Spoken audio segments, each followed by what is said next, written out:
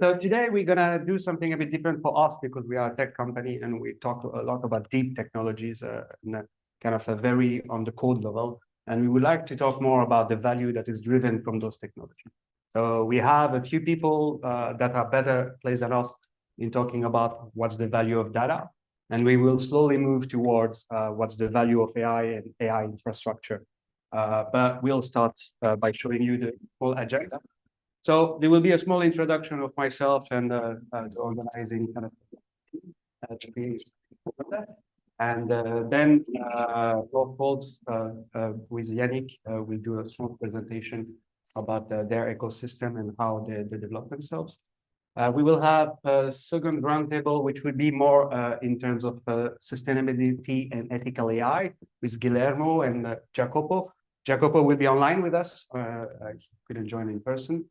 Then Jacob, is Jacob around? Not yet. Jacob will join probably at that time and come from Syndata, the Swedish startup. And last minute change, although it's still going to be about infrastructure and data, and still going to be led by Jim Belling, who's sitting behind it. Emma from OVH called sick per se, like a couple of hours ago, so we unfortunately have OVH. But we will be very happy to move essentially the Q&A and have more of the people to just join and probably ask questions around it.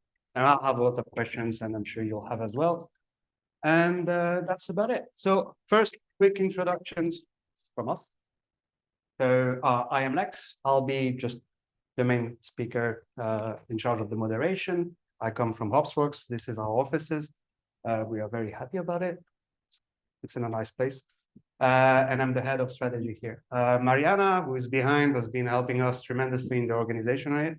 In fact, she's probably the main person actually doing the organization.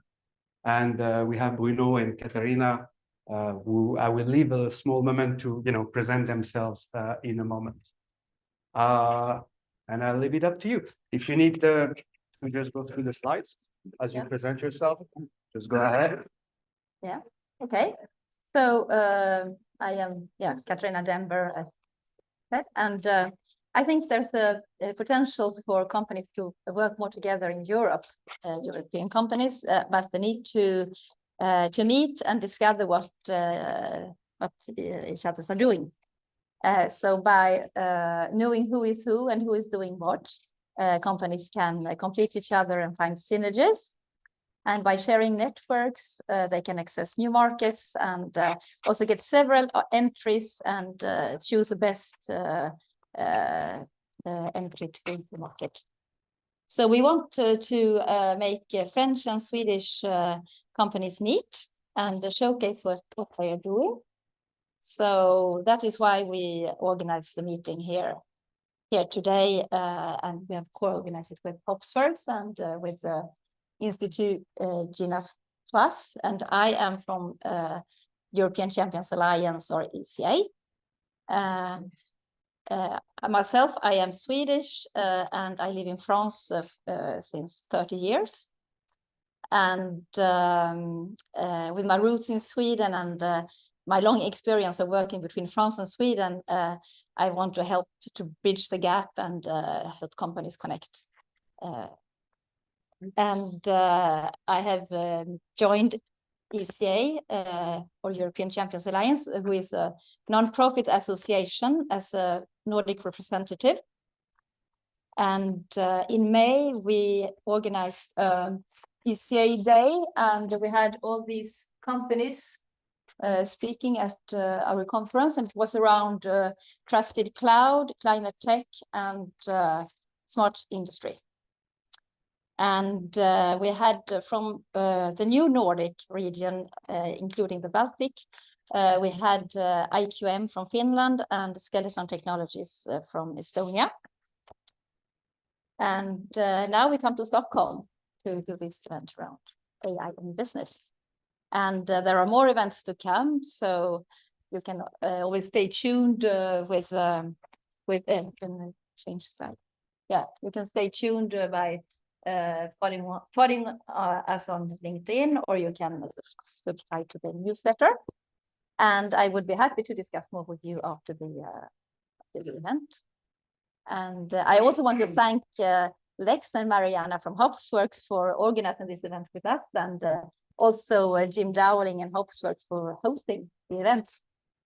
And now I will pass over to Bruno from Institute. Thank you, Katarina.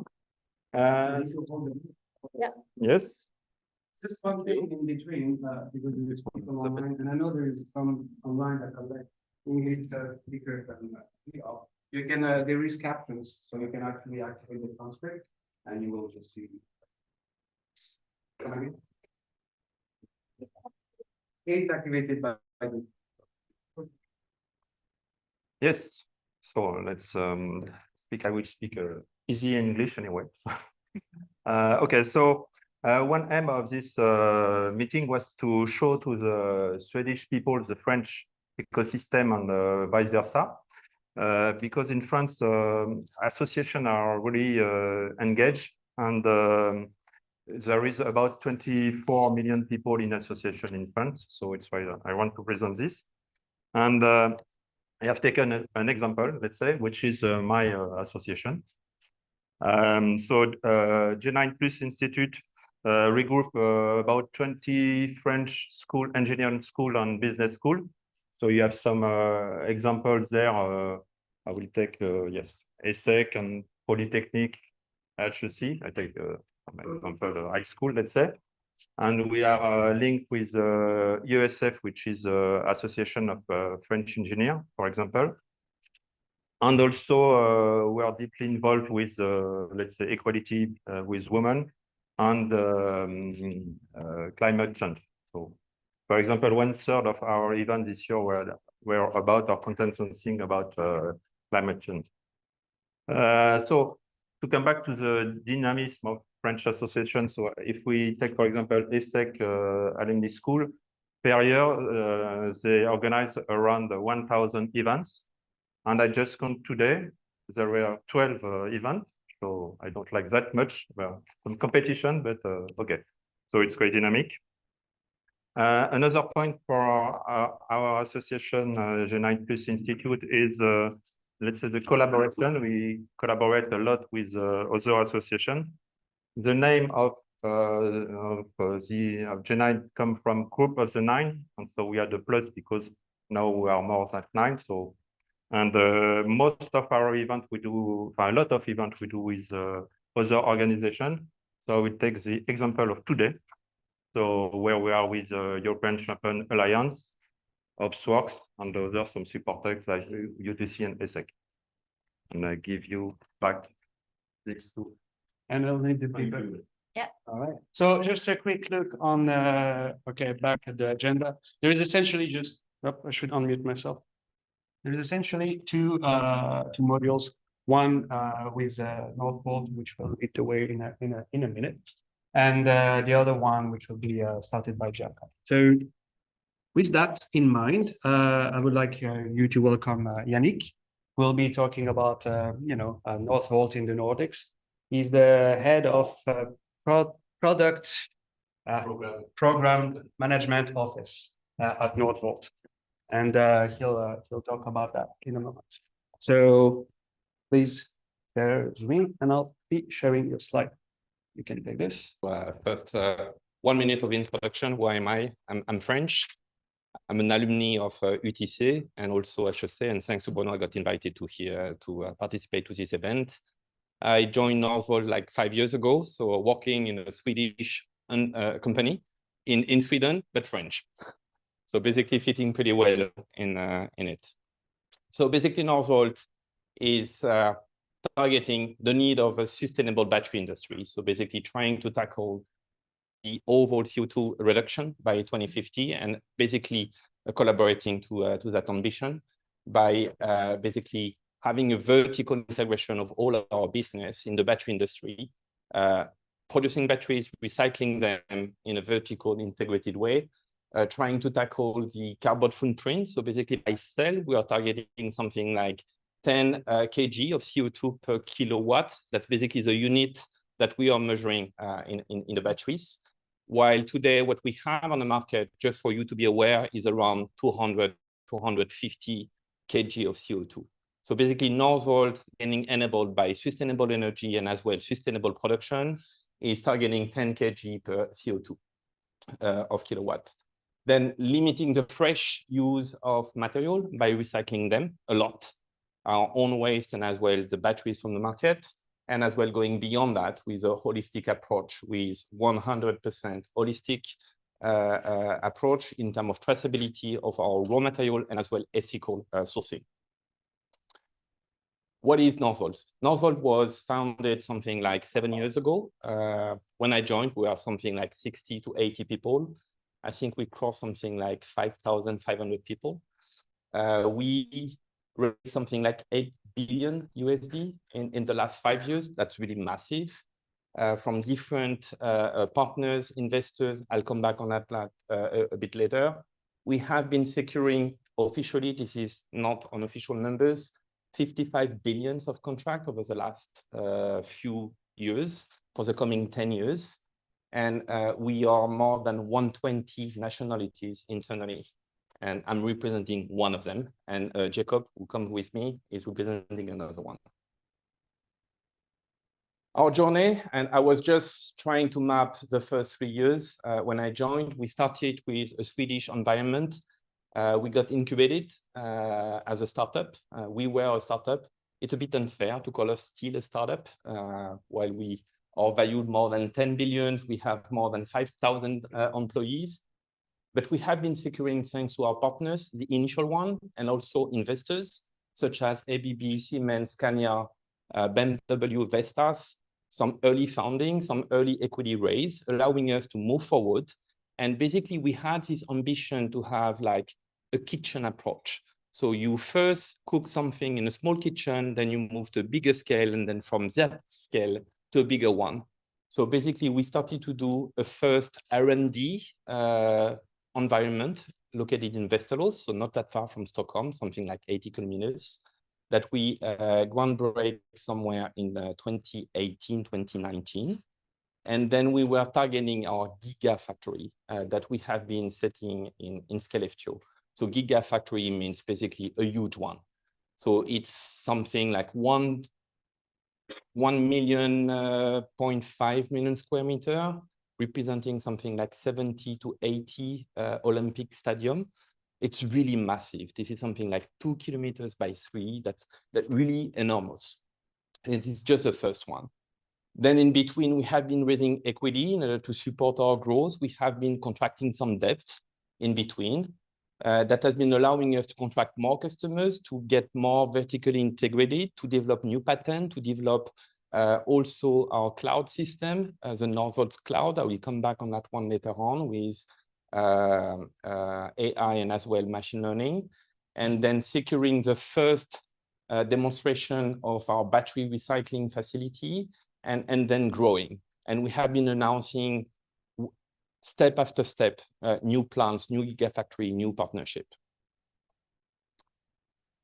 What is the main business that we are focusing on?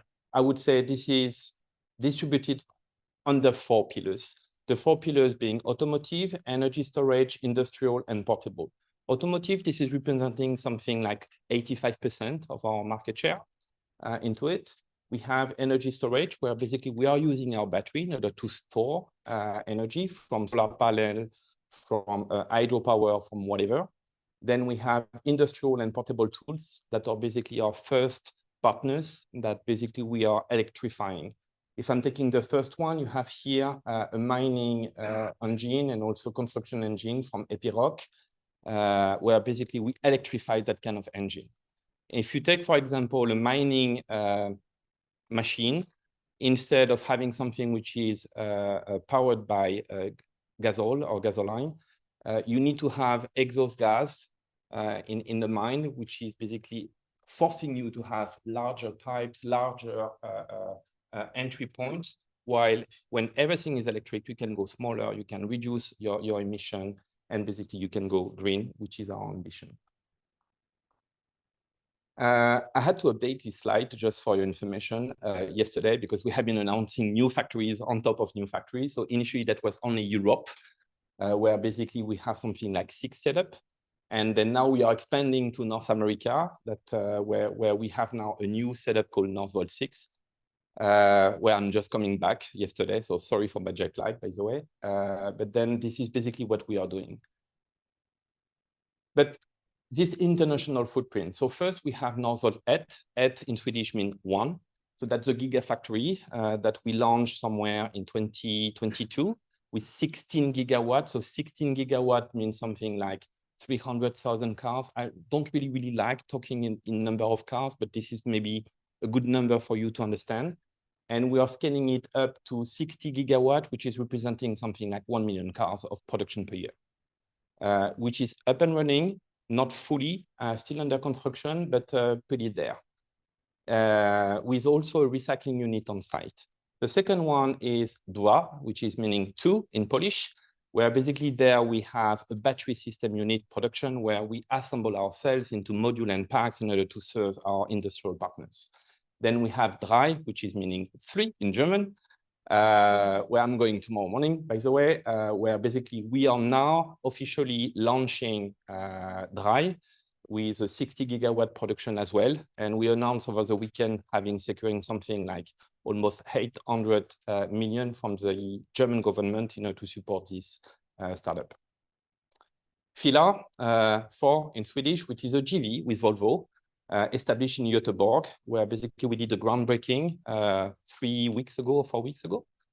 That will be tackling something around 50 gigawatt. We have FEM in Borlänge, which is an old paper mill industry that we took over from Stolar Enso, a Swedish company, that would be turning into a cathode material active production facility.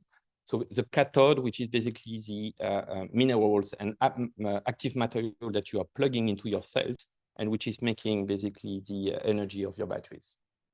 And 6 in Montreal that we announced, when was it? End of October, with Mr. Trudeau, the Prime Minister of Canada, which is also supporting this growth. This growth is enabled by a number of expertise. So I said it, our R&D center in Västerås opened in 2020 with more than 1,000 people now working there and supported by ABB as well. We have our Quebec facility, which is a startup that we acquired when we were still a startup, by the way, enabling basically more dense energy into the cell, tackling basically the aeronautic business. That's basically our ambition. We have Hydrovolt, which is a JV with Hydro in Norway, which is already running, where we recycle all our cells there in order to collect the black mass that we are retransforming into cathode salts in order to be used in Skellefteå, which is soon to be up and running, up to 125 kiloton of recycling material per year, which is really huge.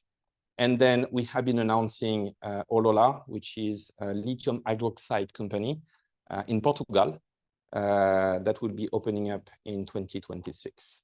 The growth is massive and basically relying on 3 pillars. The first one is absolutely a need to rely on renewable energy. And that's the reason why we selected first Skellefteå, 100% renewable energy coming from hydro and wind power. And all the new setup that we are making is also relying on renewable energy. We don't want to rely on coal industry, for example. The second one is being vertically integrated. What does it mean, vertically integrated? That means that basically we have that loop. The loop being by targeting, not from the mining yet, maybe it will come at one point, but try to tackle metal chemicals like with Olola in Portugal, producing by ourselves, lithium hydroxide that are a key element that you plug in your batteries, and then producing your active material, which is this wonderful chemistry that you plug into it. Then you produce your electrodes, you produce your batteries, and then you recycle them. And then you have a closed loop when you are able basically to recycle your own material. That's basically our DNA. This is what we have been developing so far, and this is what we have been successful in. Let me zoom a little bit on what we did so far in Skellefteå. That's massive. It's 1.5 million square meter. That's really, really huge. Just for example, when you are going from here to almost here, you need 45 minutes by walk. So basically, when you have a meeting, you really, really need to go in advance. Otherwise, you can take an internal bus. But then we have into it our upstream, where we produce our cathode active material. So that's a huge plant. Then we have our downstream block, where we produce our electrodes and our cells that are then later on plugged into module and packs to serve our automotive customers. And we have this formation energy. That's basically where we physically train our cells to get charge and discharge. Everything based on renewable energy, as I said before. And then on the corner, we have our recycling facility, where basically we close the loop. We collect our crap and our waste, and we take it back directly to upstream. It's massive. And you can see here, we can fit the Eiffel Tower easily. We can even fit the Pentagon in terms of length into it. That's really huge. And in terms of soccer field, this is something like 70, 75 soccer field that you can plug in those buildings. That's running. This is what we call ET. And basically, this is what is going to be expanded under construction for the moment. The last pillar that we are relying on is basically the digitalization. What it means. It means that basically we rely on AI and as well machine learning in order to improve continuously our efficiency, to improve our production, to collect data from our machine in order to get predictable. The predictability in that kind of business, which is a sharky business. This is the automotive business. So we need to make sure that we are continuously improving, that we can basically improve ourselves, we can improve the predictability of the cells, which is something which is a bit touchy, and making sure as well we can collect data from the field, from our cars, running in the future with our cells, with the trucks that will be running with our cells, to improve remotely the efficiency of the battery pack. If I'm taking an example, it's like Tesla. Tesla, you are getting some push updates of the software in your cars. And basically, this is something that we could do as well. So basically, knowing how the cells are getting charged and discharged, we can basically influence the way they are getting managed through this data collection and basically improve the overall pack and module management. This is also allowing us to manage our supply chain, to manage predictability on the scrap, the defect that we have in our chain, and also to have the full traceability of the material that we're using in our cell assembly. We developed within Northvolt what we call North Cloud, which is this system, which is interconnecting everything, production data, supply data, customer data, and then everything is plugged into this North Cloud system, data-driven. And we are a strong believer that basically by collecting these thousands of data points on cell production, on customer entry, in also our supply chain and upstream supply chain with our vendors, we'll be able basically to cover the full integrated loop of our cells, and later on making sure that we can improve the full value chain of our cells. So to conclude, the factory is a hardware where basically we use it as a hardware, but the data is a foundation. And I think this is a good connection to what is about today, this workshop, about collecting data, improving it with machine learning, with AI. And this is what we are doing as well in Sweden with Northvolt, established pretty not a long time ago. That was like 5 years ago, 6 years ago. That was it. So here's the thing. We will leave like a few minutes of introduction to this panel. So they will have a moment to introduce probably 4 or 5 slides of what they do and what they see in the ethical space. And then I will have a theme written on the slides, and we can just go through a more conversational. So I'll leave it to Jacopo first. So the floor is yours. Yeah, thank you. Thanks, Lex, and good afternoon, everyone. I cannot be there, but I'm very happy to show you a few slides inspired by a work with a French collective called Data for Good that I'm part of. Sorry. So Data for Good is an association of volunteers who work to accelerate high impact projects of different types. Here on the left, you see a bunch of the projects we've worked on over the past few years. For instance, we've helped develop a database called Open Food Facts with nutritional values of all kind of foods that is then the backbone of apps like Yuka, which is pretty popular in France and probably in a few other countries, allowing people, the general public, to easily estimate the nutritional value of different foods. We've worked on another project called Code Carbon, which helps estimate the CO2 emissions of a code. It's just an open source Python library, and a number of other projects we've worked on and we will work on in the next season, because Data for Good is organized around seasons. Other associations who are in need for tech help come to us and propose a project, and we then have them organize and find the right skills among our 4,000 volunteers, have them in setting up the project, and then work on the actual project development, which lasts for a few months.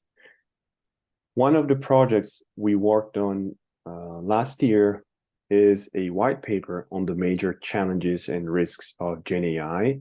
The white paper is available online. It's just in French, but I guess a few people over there speak and read French, so that might be interesting to you.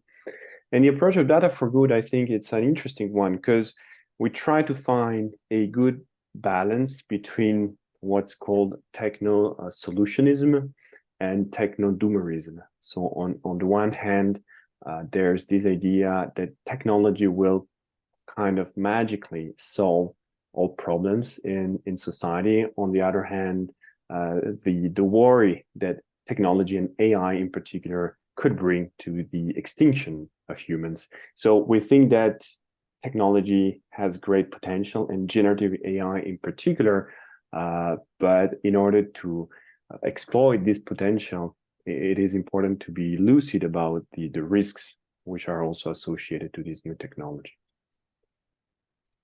And so talking about risks, there are different categories of risks associated to generative AI, which are summarized here. The trustworthiness of the information coming out of large language models, the issue of copyright and personal data, biases and stereotypes, and the environmental impact of Gen AI. So trustworthiness is something we often hear about when people talk about hallucinations of large language models, and in general, the lack of factuality of these models, which is a built-in property of the architectures used in the model. So it's not a problem, it's really a built-in characteristic of these models. Other issues are related to deepfakes, and in particular, multimodal deepfakes, for instance, cloning the voice of a person with very high accuracy. Today can be done starting for a 3-second recording of a voice. So it's really easy. And then obviously all the risks for misinformation and propaganda. Cool. So I was just mentioning trustworthiness. Then it's very important when using large language models in a company to think deeply about copyright and personal data, especially when using models on web apps such as ChatGPT or over APIs. So on the one hand, there is the issue of these models are likely trained on protected material, copyrighted material. So if you deploy these models, you might be liable for having infringed the copyright. There's the issue of who owns the generated content. We don't know yet. And then the issue of these models being able to memorize personal data you might pass through them, or like industrial secrets as well, that can then be accessed by other users of the model. Biases and stereotypes have also been explored widely in large language models. And here the issue is large language models are trained on historical data, which obviously include all the stereotypes and biases, which are part of our heritage, and in particular related to gender, age, cultures, and so on. And something interesting is that these models seem, in general, to reinforce these stereotypes. So stereotypes are present in the training data. When you generate content, biases and stereotypes are even stronger in the generated content. And finally, environmental impact. So here I prepared the last two slides. I'll go through quickly. So ChatGPT electricity consumption is pretty impressive because GPUs are very energy intensive computers. And so ChatGPT runs on about 30,000 GPUs, whose electricity consumption is equivalent to the consumption of about 60,000 households in France per month. And this is increasing exponentially. That's an important point to keep in mind. So the production and serving of GPUs all over the world is increasing exponentially. So these numbers will also increase exponentially over the next few years, which means that when you use foundation models to do things, you should always think whether that's really the best approach to achieve the result, because they are very energy intensive. And just yesterday or a few days ago came out this new nice paper by Hugging Face, where they try to estimate as well as possible the energy consumption, the inference consumption of different foundation models. And what they find in the top, in the left plot, are different type of models and tasks, from task classification to image generation. What you find is that, unsurprisingly, generating images is the most energy intensive task, about 1,000 times more intensive than text classification. And if you look at the right image, as you increase the model size, again, that's completely predictable, you increase the energy consumption. So think about the type of tasks and the need, and think about the size of models before using them, because those have huge impact on your energy consumption and also on the cost of serving those models. So I stop here and I leave it to Guillermo. Technological hassles. There we go. So once more, and perhaps we should make it on the context of the job. So within the context of your job, please raise your hand if you identify with the phrase, "I wish I had access to more data."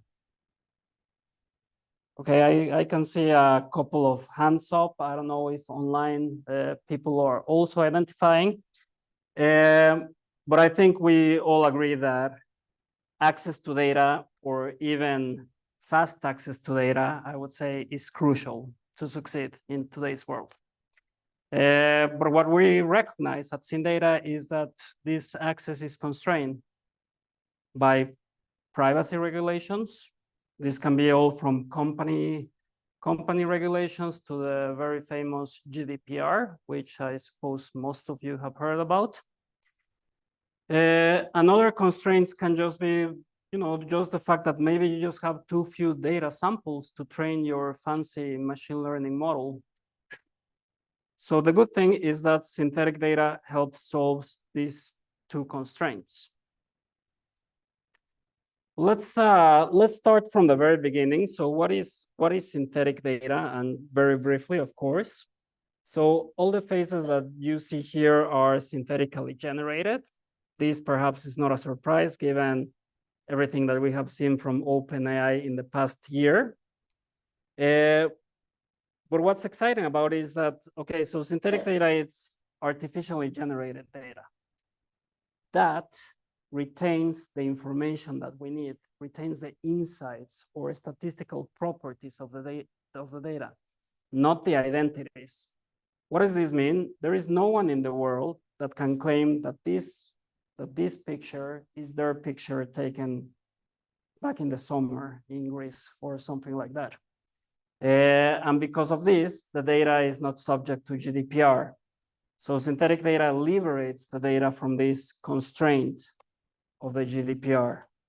So it's the best of both worlds. You retain the privacy of your users while at the same time enabling your company to use the data that has been so costly to gather. An upside of synthetic data as well is that you can generate as many data points as you need. And in that process, you can also take care of identified biases that Jacob was talking about. And just to clarify, at Syndata, we only deal with tabular data, but what I just said about the pictures also applies. And by tabular data, think of your customer or users' data and their activities.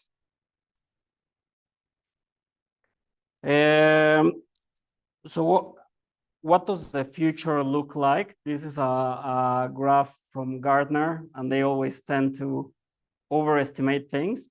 But basically, they're saying that by 2030, so yeah, 2/3 of the data used to train machine learning models is going to be synthetic data. So we subscribe to this vision. We believe it's true. We also believe that synthetic data is going to be a commodity. How? All organizations that deal with data are going to be generating or consuming synthetic data in some way or the other in the upcoming years. So how do we actually do it? How do we generate value through the use of synthetic data? On the left-hand side, you have today's situation, people wanting to access your real data or your production data. This access sometimes is risky, and it doesn't have to be bad intentioned. We know that a lot of the leakages of information that happens is because of human error. People downloading their data to their computer, sending it by email, sending it to the wrong address, perhaps. So this access is risky. It's also costly because if you have private information, because of the GDPR, you need to know at all times who is accessing the data and why. And all in all, this creates the data, this makes the data less useful. You cannot use it. You can only use it for what you raised it for. You cannot think outside the box. So all in all, this slows down innovation and slows down your time to market for your prototypes or products. So what we do is that with the help of our engine, we create a synthetic mirror of the data. When we say synthetic mirror, the data retains the schema. So you could simply redirect your applications that are consuming from the real data to the synthetic data and get pretty much the same outcome. What's the advantage? The access is less risky. You don't have private information that might be leaked out. It's less costly. You don't have to have monitoring of who's accessing what and who. And of course, it's more useful, the data, because you don't have to use it specifically for what you raise it for. So all in all, this accelerates innovation, accelerate times to market for prototypes or for new products. And this can be applied for a big range of applications, all from machine learning to Q&A and testing, sharing data, cloud migration, etc. So wrapping up what we're doing, we're extending data through synthetic data. We assure the quality of synthetic data with our tool. We enable the companies to use their data. We enable this freedom to reuse the data that we currently see that it's limited, but mirroring reality in the process. So perhaps that is a little bit too general. So let's discuss very quickly a couple of use cases. And healthcare is basically, it's a very, very hot topic, of course, when it comes to synthetic data. Together with the Region Västerbotten, it's a region here in Sweden. They handle the hospitals. we had a project where the aim was to synthesize patients' data, patients that were in the ICU, to see if the synthetic data was good enough to replace the original data when it comes to predicting how many days a patient is going to stay in the ICU. It turns out that the models that we produced were quite good, so pretty much in parallel with the real models. But what this enables the path for regions in Sweden to be sharing patients' data while maintaining the privacy. Now, why would you want to do that? Because the models are going to become more robust and better the more the data is. So, I mean, imagine that you could actually, I mean, it's quite stupid, right? Like such a small country as Sweden, they cannot share the data just between regions. And of course, if you apply it to a wider perspective, yeah, I mean, everyone would be benefited by this sharing. So this is definitely one application. This one is another example. So synthetic data within real estate, within a real estate use case. The objective here was to see if we could if we could replicate a pricing model for pricing real estate. Not surprisingly, the two models that the model with the real data, the synthetic data scored pretty similar. And I just wanna perhaps show what synthetic data is and what it's not. So I mean, this data set is from the city of Seattle, and it has a latitude and longitude of the objects. So you can see it here plot in the map, and the different colors are the different zip codes. So one is the real data and the other one is synthetic data. And of course, straight away, you can see that the synthetic data, it's a little bit more blurred, but most importantly, it puts dots in the middle of the lake, right? Something that perhaps is probably not desirable. So there is a trade-off, unfortunately, between information that you lose and the utility that you gain. In this case, we decided to stop the training. We can always train further the models. But of course, the more we train further, the more we replicate the original data. So there is a trade-off between the utility of the synthetic data and regaining, keeping the original information. And lastly, this use case that we are working together with the City of Stockholm and Rice Institute, and it's for traffic planning. So think about like how is the traffic going to evolve in the city? Today, there's data collection points where a car passes and you pick up the license plate and you see how the traffic is moving within the city. So of course, big red alerts, it's very private information to know how the individuals are moving. So what we're gonna do is to synthesize the data and to see how good the synthetic data is for planning purposes. And that's pretty much it from my side. First for Jacopo, if you're still online, I'm sure. You mentioned liability on using the data from something like ChatGPT because it's an LLM.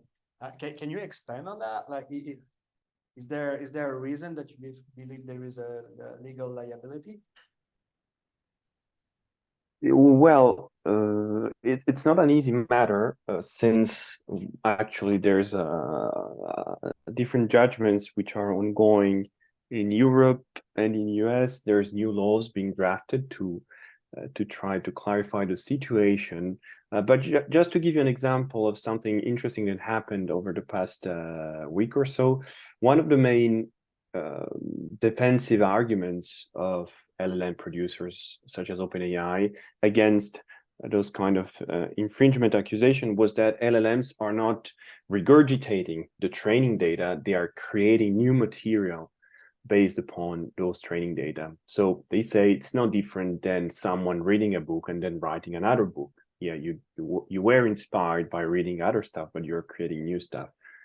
Now, over the past few days, a research group has managed to hack ChatGPT, I think, in particular, and making it regurgitating so writing some of the training data in the original form. And so that creates a very different legal situation in that those training data, if they are indeed written and outputted in the same way as in the original form, then plagiarism can be an actual risk. And so if a company is using ChatGPT and is exposing ChatGPT to external customers, then that company might be liable if there's a hacking of that type. But the situation is pretty confused, I would say, at this point. So the best thing to do is to use models for which you know the training data and which were trained on data with open and permissive licenses. That's the safest thing to do. If I'm jumping on that real quick, but wouldn't that go against the ethical aspect of like, if you retrain a model, wouldn't that be costly? And if you need to retrain each model, is this not like in terms of like environmental impact, more costly, in fact? Yes, indeed, for sure. But there's fortunately, there's a whole bunch of open source models trained on free data, so freely available data with permissive licenses, Llama 2, Mistral. There's a number of models that you can use which satisfy those conditions. So it's a matter of, yeah. Kind of trying to make a leeway here. Is there a place for synthetic data in LLMs? Is this a use case that's kind of been explored? Not at all, doesn't matter, doesn't make sense? That one is a holy grail, I would say. But just starting to the response, I mean, I would say in all generative AI models, synthetic data is one, ChatGPT is another one. I mean, please make sure that your data is not leaking information, especially information about your users, right? How can you do this? As Jacob says, there's tons of libraries out there where you can actually just run inference attacks just to make sure that the model is not just leaking information that it shouldn't be leaking. And so is it typical that the synthetic data also can leak those information? You need to railguard some of that thing, or? I mean, in the end, the issue with the synthetic data is that there is always the doubt. Like, you know, it's like if you take a lot of data and you make a mesh out of it, okay. And if I take out a synthetic sample, you could say, okay, maybe I use this subject as a training set or not. You will never be sure. So there is always this uncertainty about which individuals were in the training set. Of course, the synthetic data can also leak. And if the data is very, very sensitive, we take extra measures. Differential privacy is one of them, for example. So there's extra measures that you can take to make the data more leakage proof. All right. And I guess to the point here, just on the top, how do you kind of reconcile the cost of those models, maybe the ethical aspect? I mean, for the ethical aspect, I see that the synthetic data solves some of the privacy aspects, but how do you reconcile that and the fact that companies really in the US anyhow will care less and will move forward anyhow? And you mentioned doomers and kind of the optimistic side, but how do we do that in Europe? How do we not get behind? Yeah, so first, I think a lot of companies are very careful in deploying Gen AI models for the reasons I mentioned. That's the main reason, perhaps, is that the legal framework is still so unclear, especially large corporations do not want to take that risk and being held liable. In Europe, what's going on with the AI Act is the answer, and there we can clearly see a pretty heated debate between, for instance, on the one hand, France and Germany. There's interesting startups developing LLMs in those countries. So France and Germany are pushing for a very relaxed regulation of foundation models, of large language models. Others have different opinions, and they think a stronger framework would be necessary. I think what's Europe has shown that regulating in a smart way can be a good thing, in the sense that Europe will pave the way for other regulations in other countries, even in the United States. But at the same time, over-regulating can kill a market which is just starting right now, the market Yeah. foundation model. So That makes sense. And I had a question for you, Guillermo, as well, because we had Northvolt just before talking about the size and kind of the infrastructure, real infrastructure. And I was wondering what's the role, or what role could the synthetic data get there, because you would have so much more data and at scale. How does it scale, right? Because you will pretty much maybe deduplicate, or would you? And that's kind of a question I might think. Yes. I mean, I would say a very important aspect of course, is the privacy. Someone asked the question if the Northvolt people are going to release and open the data for people to just consume it, and the answer was no, because we have our business value that we did need to keep the data secure. So I mean, synthetic data there could play a role, you know. So think about liberating the data and making it more accessible.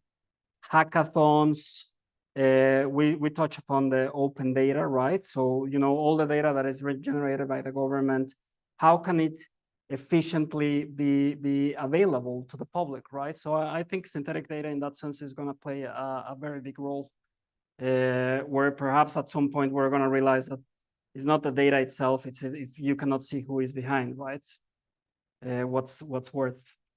I have a question online, and Anders asks, how do you make sure that the statistical properties hold with the synthetic data? And I guess you get that question all the time, because... No, that's the first time. Is it? No, of course not. I was about to ask it anyway. Yes, so we have developed an evaluation framework within our tool, where basically we look at both individual distributions and compounded distributions to make sure that the data has the same characteristics. And of course, what we tell our clients is like, try the data in what's going to be used in the end. For example, the model to predict how many days the people are going to stay in the ICU. Just make a benchmark, and that can be done automatically within our tool. Okay. I guess if anybody has a question for Jacopo specifically, given that Guillermo will stay around, so you can always ask him a question in person, I'll be happy to take it. Well, silence. That's great. Well, Jacopo, thank you very much for your time. Guillermo as well. Thank you. Thanks, Lex. And thank you for this cool presentation. So for the second part, we will talk a bit about some of the application and maybe products that you can have with AI. And we'll start with the main talk with Jacob from Sana Labs. So that will be probably more revolving around LLMs. So I think that's a cool topic right now. And then we have a short presentation by us. We are much more on the deep tech layer of technology, but we'll still present a little thing. It will be rather short, and we'll have a small panel with Guillermo, who kindly stepped in for the absentees on that side. And I think it will be more around the AI and data side of things, because we are data people. I'll leave it up to Jacob. And all right. Yeah, good evening. It's great to be here to talk to you all about applications of AI in a business context. My name is Jacob. I'm a product manager at Sana Labs, which is a Stockholm-based startup, which is offering AI solutions to companies. And sorry. So I'm going to talk a little bit about how enterprises are approaching deploying AI, specifically LLMs and generative AI. I'm going to talk a bit about why they do it, the kind of use cases and the challenges that they are facing, and how we try to meet those challenges. But I'm going to start a little bit to talk about us as a company, and starting with the purpose of our company. And our company is essentially founded around a simple question. And it all started with the mathematician Richard Hamming. He had a lot of friends, both in business and in academia. And what someone noted was that a lot of his friends turned out to later win Nobel Prizes. So they came to Hamming and they asked, why is it that the people that you interact with later go on to win a Nobel Prize? And he said it's quite simple, probably, because when he meets new people, he asks them a single question. He asks them, what is the most important problem in your field? After he gets the answer, he then asks them, why are you not working on that problem? And that is how he gets people to kind of focus on the most important problems. And for us as a company, we see one of the most important problems for us to solve the meta problem of getting people to learn better, getting people to find knowledge, to make something of the knowledge that they have access to in a better way. Our overarching goal is to augment the human intelligence and use AI to do so. We are a Stockholm-based company, as I mentioned. We've been around since 2016, working with different types of AI products for B2B purposes. I'm going to talk mostly about our most recent product that we've been working on for the last year, which is more LLM focused. But we are essentially working with all types of businesses, from fast-moving growth companies to large global enterprises as well. So I'm going to give you some nuances from the different ones that we see. But I want to kick it off by essentially focusing on why is this such a hot topic right now. So it's almost 1 year to the date since ChatGPT launched, and what is so special about that launch is that the speed at which it was deployed and how fast it reached a large audience. So if you look at the time from their first user to their 1 millionth user, that is measured in days rather than in months or years, as we've seen with many other products before. So it just spread very, very quickly. And a lot of people saw that there's huge potential in this, both individuals, but also businesses. So they saw that there is something here, but we need to find out what we can do, the value that we can extract from this. And it's a very recent technology, at least to this quality. But every week we see new studies on the potential gains you can have with this kind of technology. And we see studies that are talking about like how much you can speed things up, how many more issues you can handle, and so. But I think the most interesting ones are really highlighting the fact that you don't only like speed up the things that you do or automate steps that you're already doing, but you can also raise the quality in what you're doing, and you can solve new types of problems. So we like to see it not just as like an efficiency technology, but more something that can raise your effectiveness as a business as well. But there are a couple of challenges, and we heard some great challenges from Jacobo raised before. These are touching a bit on those as well. But I'm going to highlight the ones that I hear the most when talking to prospects or customers. So one of the challenges that companies are facing when they are talking about implementing LLMs, for example, is we get inaccurate results. We ask a question, maybe something that's proprietary to our company knowledge, and we can't find an answer because it's simply not been trained on that data. It's been trained on public domain knowledge. But if you then start to like train models on your own data or give it more and more data, you're opening up vulnerabilities to have your data leak to people outside of your company, which is a business risk. Another challenge that they have is that these LLMs are like black box models.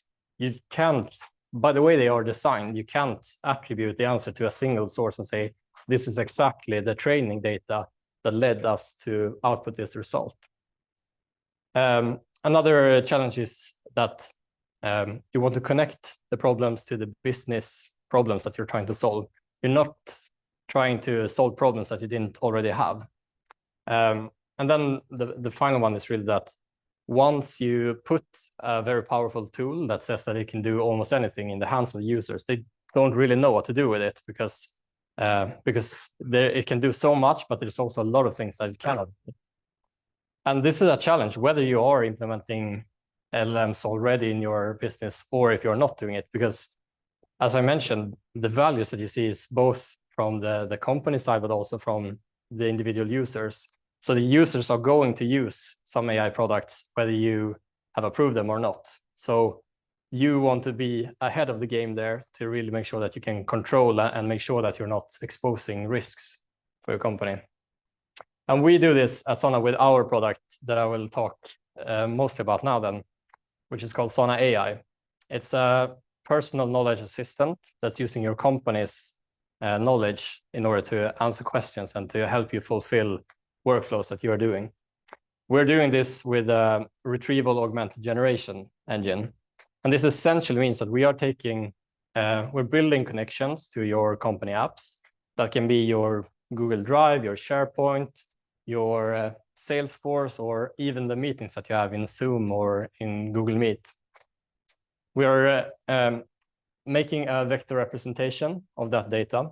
And then as soon as a user asks a question, we are transforming that question into a good representation to actually find matching documents within your knowledge base. We're then pulling out the most relevant assets and feeding those at runtime into an LLM. So we are not training the underlying models. We are not doing fine tuning. We're just saying, here's a question. Here is context that is relevant for answering this question. And we try to then answer that question with the LLM and then attribute the answers to those sources that have been used. And by doing this, by avoiding the step of training your data and feeding that, we can really ensure that you can keep your data within your company. You can be much faster at deploying updates to your models, but also you can respect all of the underlying permissions that you're already set up in your organization. So if you were to say, train an LLM on your company data, then you couldn't control who can get access to which outputs, but you can do that by putting it into the actual inference when they're running the LLM. So how does this create business value for our customers? Well, there's a couple of very common use cases that I'll highlight a little bit. Use cases for new technology often start from like a commercial point of view. And that's the most common ones that we hear from our customers as well. So for example, in the sales processes, they have a goal, which is usually to take a prospect through different stages and try to convert them to the next stage over and over again. And you can use our product to do that. You can, for example, ask it to first help you to reach out to people in a good way based on your company's knowledge. Maybe draft the introduction emails or LinkedIn messages that you have. And then when you have subsequent meetings with them, you can ask the AI to give you feedback on the meeting that you had, or prepare you for your next meeting and help you to answer the questions that were raised. So you make sure that you get the most out of those meetings that you have. Another common use case is in customer support. So there, if you have trained or implemented your knowledge here, you can, for example, have all of the previous customer support tickets that have already been answered in the system. So when the AI recognizes that this is a similar question to one you had before, you don't need to look up that answer once again. You can simply get that output. Or another use case for customer support can be if you know that your product team is working on fixing a bug and you have a customer asking for that, you can simply answer or ask that question to the AI and ask, what's the status on this bug? When do we expect it to be released? There's a lot of use cases in operations as well. So for example, most businesses have different types of processes set up. It can be anything from like how you run your deployment process, or it can be how you do recruiting, or how you do file your expenses in your company. Those kind of questions you can also answer very easily by connecting, say, your company wiki. And then, of course, there's just a general use case for like having generative AI in your company context, but that is safe to use for your company, such as summarizing your documents, writing your emails, or creating materials for you. And one of the big shifts here is in terms of how fast you can get updates and launch these models within your company. So what used to happen is that you had companies trying to build these solutions by themselves and trying to fetch all the data that they had, spend a lot of efforts on pre-processing and cleaning that, putting it into a structured format, and then training models based on that. And this process took months and months to just go through with new data and update it. And then you had the process of actually getting your users to make some value out of it. While in this kind of setup, you can instead connect services, and that can be a single click connection that you have. You can spend a couple of hours on tuning the assistant and prompting it in the right way. And then you can spend most of your efforts on actually finding what is the business use case that we want to solve, and focusing on highlighting those and sharing those within the company. I wanted to exemplify this a bit with a customer story that we have been working on. So we have a customer called Piab, a Swedish manufacturing technology company. And they have been using Sana AI now since the summer, and started essentially with a small closed focus group and a closed data set, and then expanded it over time. So they have created this assistant that they call Pixie, which is like an internal employee for them. And Pixie is their AI assistant that can help them answer questions about Piab products and Piab company knowledge. So what they do is that they started by connecting public data. So they had product descriptions for thousands of their products that they had available on their website.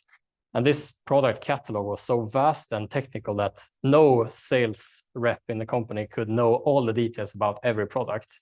But instead, we could feed this into the system, and they could start asking questions like, what's the vacuum flow for this pump, or how does this implementation work with that customer? And then we started just finding more and more of those use cases where we wanted to solve other problems. So maybe finding your CRM data, or finding the order status of a product that you had shipped. And now the employees of the company can then come in and just ask questions about any kind of product knowledge that they want to get from the AI. They also use it as a search engine. Because you have access to all of these tools and the files in the underlying system, it's the fastest way for you to navigate to your SharePoint files that you were at, or to the website article that you know exists somewhere. But you don't have to go to all of these places in different environments and find your way back. You can use your natural language to just search for them in one interface. Then the third aspect is that they have also connected their meetings with Sana AI. So Sana joins their team's calls now and can record and transcribe them to the participants of that meeting, then provide that recording afterwards and summarize it. It can also help them then to see this as an asset in their knowledge base. So knowledge in your company doesn't need to be the documents that you create or the files that you share, but it's also the work that's happening all the time. And a lot of the questions that you're asking, you'll find answer to them happening just in your day-to-day operations. But there's going to be cases where the AI cannot answer a question. And sometimes that might be on us. Like, we are always trying to improve our models of retrieving the right information and answering them in the best way. But sometimes there's just no information that is available. It can be that you haven't yet created any knowledge on this, or you haven't really talked about it. So when you face a question that the AI cannot answer right now, you can then pose that question to your organization. And as soon as someone answers that questions and verifies the answer, it will become part of your company knowledge base. So the next time someone answers or asks a similar question, you will have the answer to it already. I'm going to conclude by doing a risky bet to do a live demo here on the product as well. So bear with me, and I hope that that my Wi-Fi sticks here as well. So what you see here is the Sana AI product, and this is my internal implementation of it. And I have access to my knowledge here. And when I come in, I can just start asking questions right away. And I can ask questions, for example, about meetings that I've had. So I can ask things like, what did we discuss in today's stand-up?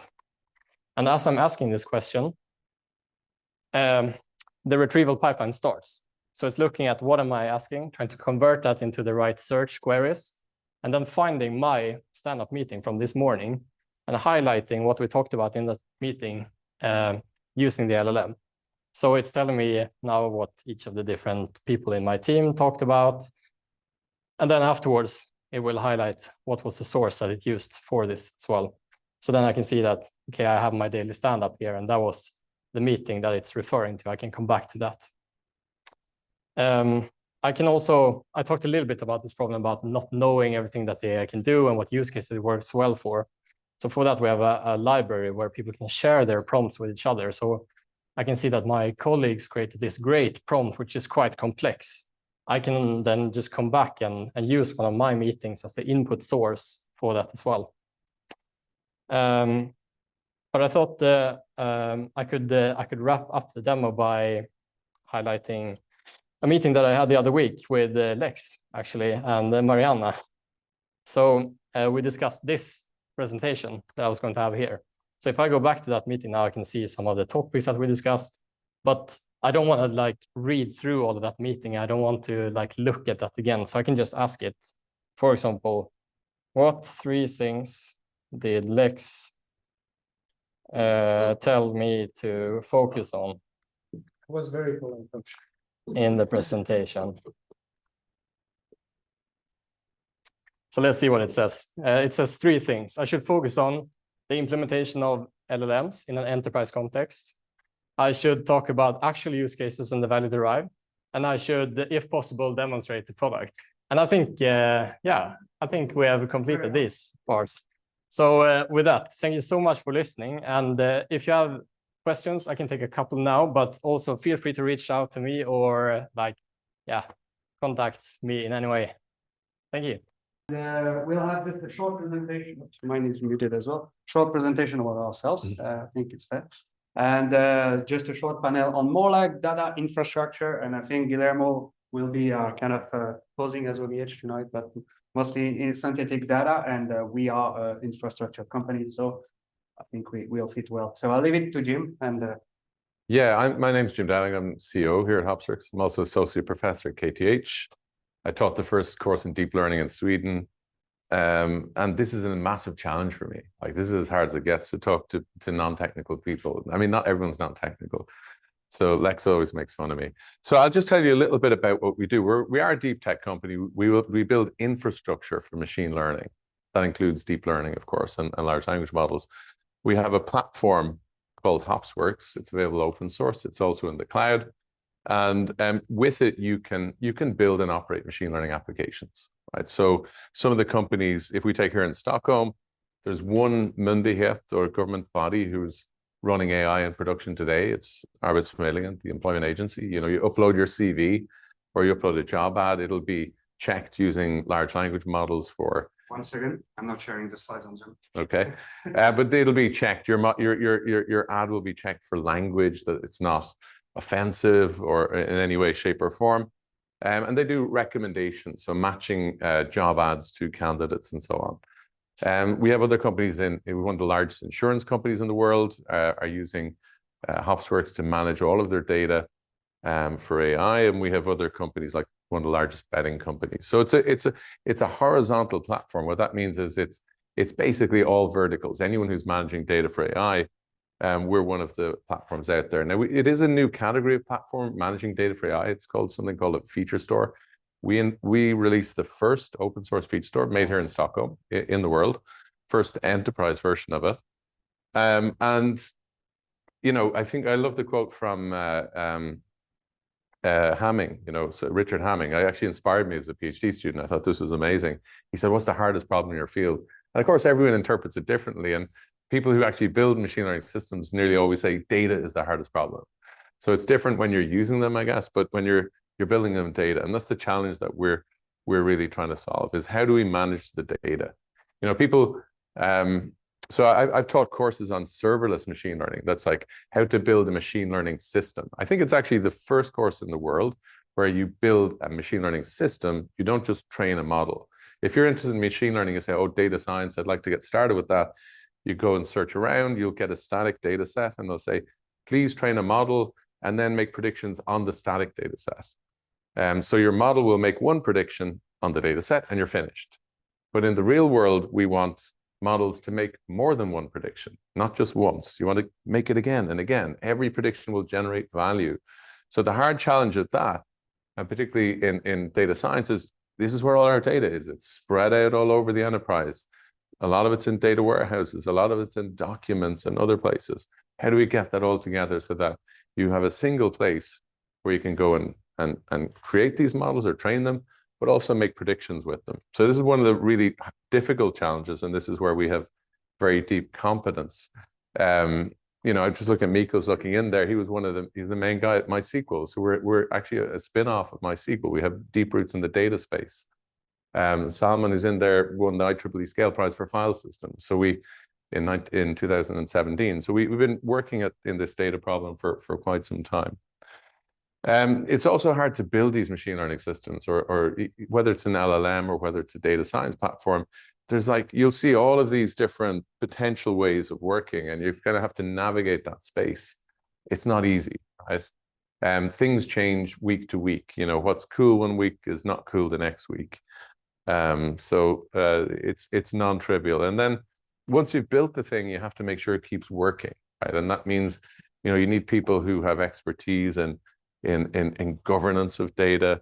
You know, we've got the EU AI Act coming in. How do you ensure you're compliant? How do you get somebody who's good at maybe data science but doesn't know data? How do you then build your company together? These are some of the challenges that we try and address by building a platform that makes this easier.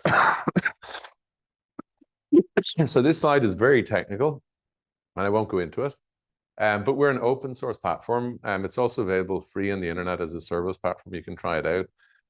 We're different to all the other ones because we're the fastest. Now, fast may not seem to be good or not, but we have some benchmarks we released where we're 45 times faster than Databricks, 20 times faster than Google, 10 times faster than AWS at getting the data to Python for your models. And it's all being done here in Stockholm. And then it's also it's basically the most mature, best platform in this space. So that's like a quick overview of what we do at Hopsworks. We have a deep tech engineering team here. You know, we come from not just MySQL, a lot of KTH people and Rice, the Research Institute. So really trying to push out the boundaries of this space. We have a global conference that we organize once per year, Feature Store Summit, with the largest enterprises talking at it. And we don't have as big a higher profile in Stockholm, really, if I'm to be honest. And that's possibly because we don't have that many Swedish people, you know. We have we call them token, like there's 4, maybe 10% are Swedish, which is kind of unusual. But it's part of our strength as well, because we really just look for excellence. Il y a quelques Français ici aussi. And that's it. That's Hopsworks. Okay. So I think I have a question that is probably more suited for both of you being in the leadership position in an AI company, which will be, what do you believe is the impact of AI in companies, in yours, but maybe at large? And maybe if you can take turn in answering that, that'd be great.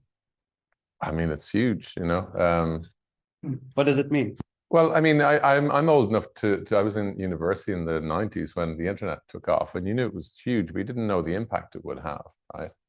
You knew that this was something that was great, and you were using it. I was using email, and I was, you know, I put a website in 1995. I got my first job on this website, and it was slow to load. But, you know, you could have somebody now looking for a job and doing some LLM projects and show, hey, look, I can do this LLM project. And it's all just kicking off. You know, we saw it with Sound Labs, great demo of some of the possibilities of what you can do. You know, the greater than human intelligence is coming soon. I challenge that statement. I mean, I think it is for many things. Often people talk about system one intelligence, which is where you can make fast decisions within a short period of time, a few seconds. And system two, where we take lower, longer deliberative decisions. We're not there at system two yet, but we are close to being there for a lot of problems at system one. Okay. Guillermo? I mean, I would say mundane tasks, right? Everything. Okay. mundane tasks, everything that takes time today that shouldn't take time, AI should fix, right? I was pretty pissed with ChatGPT here the other day because I lost a lot of time asking it questions and it couldn't give me the right answer, right? So, I mean, in that sense, it didn't help me at all. So, I mean, how is AI going to transform? I mean, as long as it helps, of course, it's welcome, right? And I think we all recognize that. Yeah, I can add a little funny story, right? You know, the way people are saying to educators, they shouldn't use GPT. Whatever you do, don't let your students use GPT. So I have these students who are building machine learning systems, and they have to identify a data source that changes, a prediction problem that the AI will solve. And then they're like, okay, my data source is this website where you know, how do I get the data out of the website? How do I download it, right? And I say, go to GPT, ask it to write a program to download it for you. Do it, because that's how you should do it. Why would you write that program anymore? You know, just say, oh, use Python, write a program, here's the URL. I want you to extract this data, put it in the pandas data frame, and do it. Don't write the code. Fair enough, I do that all the time. Any questions from any of you? I'll move to another topic. So I'm interested in infrastructure. I'm biased. I work here. We are an infrastructure company. But I'm curious to have maybe a point of view again from, you know, big business leaders.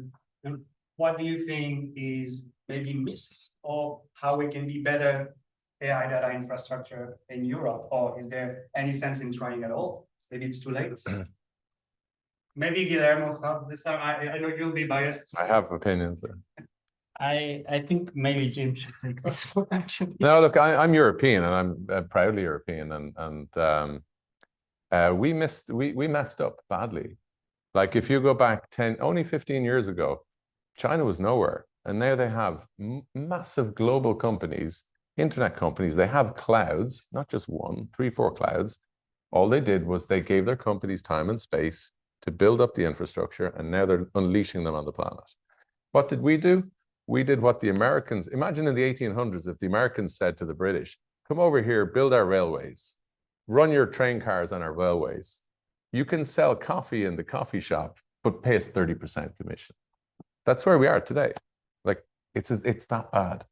We have no cloud infrastructure in Europe. And without the digital infrastructure that underpins a digitalized society, we're at risk of paying rent forever until we fix it. That's not dramatic. That's pretty bad place to be. Like, what we've done at Hopsworks is we've built the software layer on top of that to manage all of your data for AI. We don't need anything from the cloud providers, but we need the cloud infrastructure. I mean, you usually talk about energy sovereignty as nations, right? So perhaps this AI and data storage sovereignty as well should be included in this kind of discussions, right? It's there, it's just above, but yeah, this. But like, I know that AWS announced a sovereign data center in Europe, so we're still depending on them anyhow, right?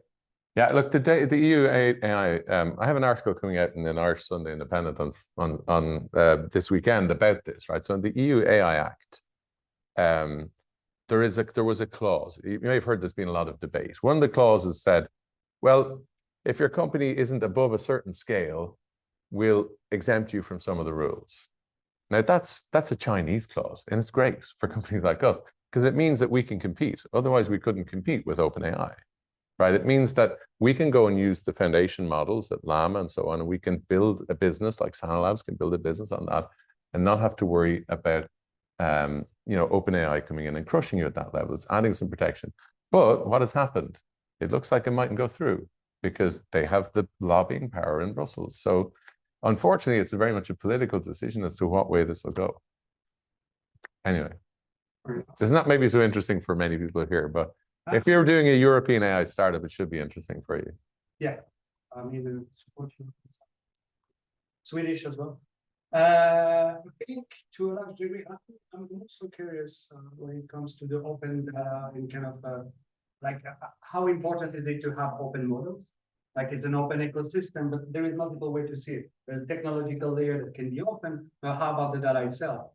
And a small kind of leeway to you here. Do you have that synthetic data at all? or is there a way to make it more open even? I mean, of course, synthetic data is going to help for this. I'm just thinking about the term open data, right? Like, think about, for example, the government here in Sweden.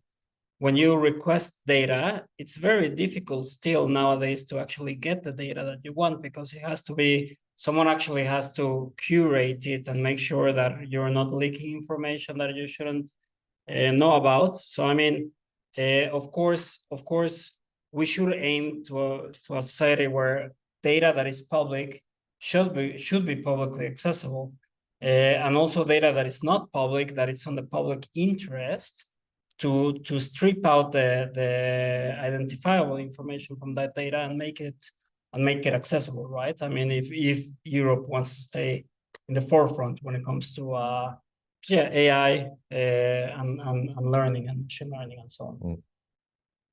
I think, you know, if you're going to build some of these, I had I'm just telling the small story. So somebody's using the Icelandic bus data to predict, you know, the aggregate bus delays in Iceland. We have all that information available in Europe because we have digitalized at that level, and other societies, let's say the US, who don't invest in government kind of digitalization, are way behind. So we need to keep pushing at that, because it means we'll have better services and we'll have some leadership there as well. On the open data, yeah, sure. All right. Again, questions? Silence is great. I'm sure we answered all the questions. Well, thank you very much.